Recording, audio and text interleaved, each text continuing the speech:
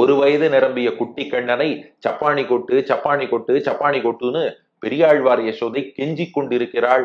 ஆனா கிருஷ்ணனோ அவன் என்ன அவ்வளவு ஈஸியா மசியக்கூடிய ஆளா? கிருஷ்ணன் சொன்னா எனக்கும் ஆசையா தான் இருக்கு, ஆனா கை வலிக்குமே, என்ன பண்றது? நான் கை தட்டினேன்னா பிஞ்சு கையோல்லையோ கை வலிக்கும்னா. அதுக்கு இப்போ பெரியாழ்வார் யசோதை பதில் சொல்கிறாள், உனக்கு வலிக்காதுன்னா. பொதுவாவே பெரியாழ்வாருக்கு கண்ணன் மீது பொங்கும் பரிவு தானே. எங்கேயாவது பெரியாழ்வார் இல்ல இல்ல உனக்கு வலிக்காது செய் அப்படின்னு பகவானை பார்த்து சொல்லுவாரா?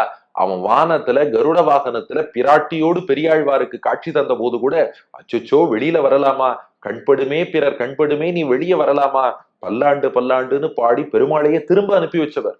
அப்படிப்பட்டவர் இப்போ பெருமாளுக்கு சொல்ல போறா பெரியாழ்வார் யசோதை, உன்னிட்ட தேவர்கள் அசுரர்களை வெல்ல என்ன வழி என்று கேட்க, அப்போது ஆழமான திருப்பார்கடலை கடைய சொன்னாய், அதன்படி அந்த கடலையை அமுக்கி மந்தரமலையை கொண்டு வந்து மத்தாக நிலைநாட்டி, அதன் பின் வாசுகியை வலிமையான கயிறாக அதை சுற்றி நன்றாக சுற்றி அதை கொண்டு கடைந்து.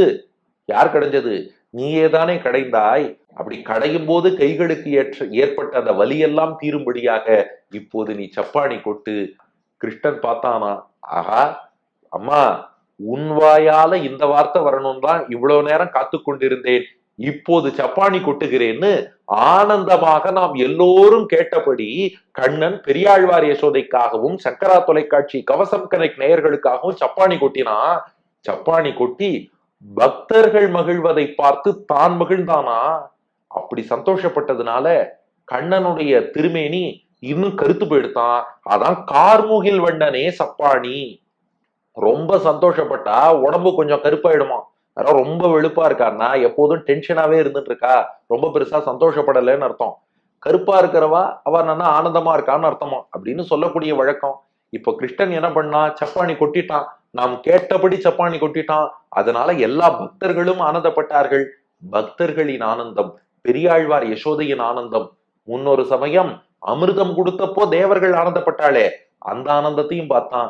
தேவர்களுக்கும் மகிழ்ச்சி, பெரியாழ்வாருக்கும் மகிழ்ச்சி, எல்லா அடியார்களுக்கும் மகிழ்ச்சி. அதை பார்த்து பகவான் சந்தோஷப்பட்டான். அவன் சந்தோஷப்பட்டதால அவன் திருமேனி கருத்து போச்சு. அதான் கார் முகில். கார் கருமையான, முகில் மேகம் போன்ற, வண்ணனே வண்ணம் கொண்டவனே, கருப்பு மேகம் போல் வண்ணம் கொண்டவனே, சப்பாணி சப்பாணி என்று சொல்ல கண்ணனும் சப்பாணி கொட்டி காட்டி 10ஆம் பாட்டில் நம் எல்லோரையும் மகிழ்வித்து விட்டான்.